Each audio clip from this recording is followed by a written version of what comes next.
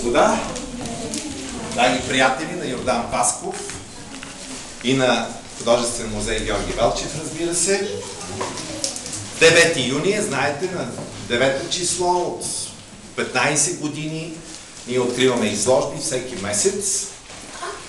Уредника на музей Георги Велчев Боян Боев ще се завърне след 2-3 дни от престоя си в Германия. Той поздравява Йордан Пасков с изложбата. Ние сме в постоянна връзка с него.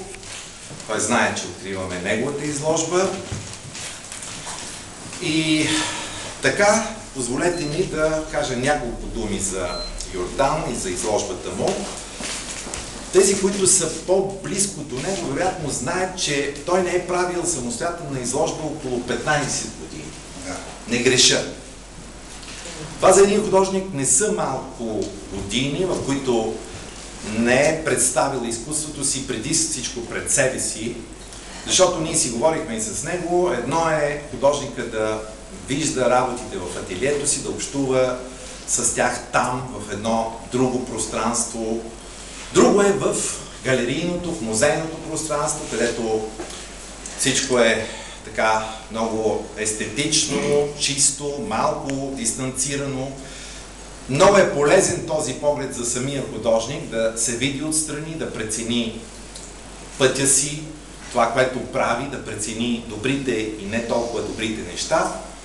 И когато ние разговаряхме с него, се оказа, че е възможно да го представим в музей Георги Велчев, в една много наситена изложба. Вие виждате, че тук са представени доста творби, малко по-сгъстени, но решихме, че трябва да ги покажем заедно с него. Вие виждате, че той показва и едни малки живописни миниатюри. В тях има много интересна живопис, много деликатна, много изящна и едни малко по-мащабни творби в негови цикли, които всъщност цялата тази живопис той е работил последните 10 години. Един сериозен период. Йордан има интересен път. Съдбата му изиграва, мисля, един или два неприятни номера с Художествената академия. Той е бил почти приет, бих казал при едно разминаване в информацията го лишава от следването в Националната академия, но така душата му на художник естествено го тласка по този път. Той кандидатствал там скулптура.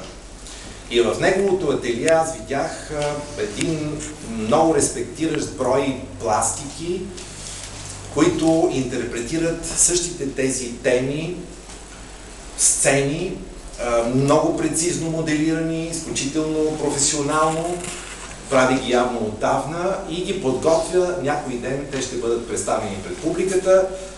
Тук той е представил 3 фотографии на тези пластики, които са отцветени компютърно и показва как биха могли да стоят в действителност. Така че тези, които го познават, той започна с графика.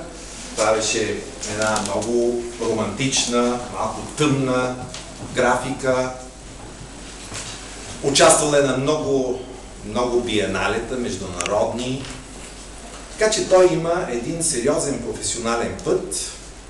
След това започва и в живописта. Тук ще видите и няколко рисунки с пастели. В един момент, преди години, той направи една серия от тези пастелни рисунки върху черен фон.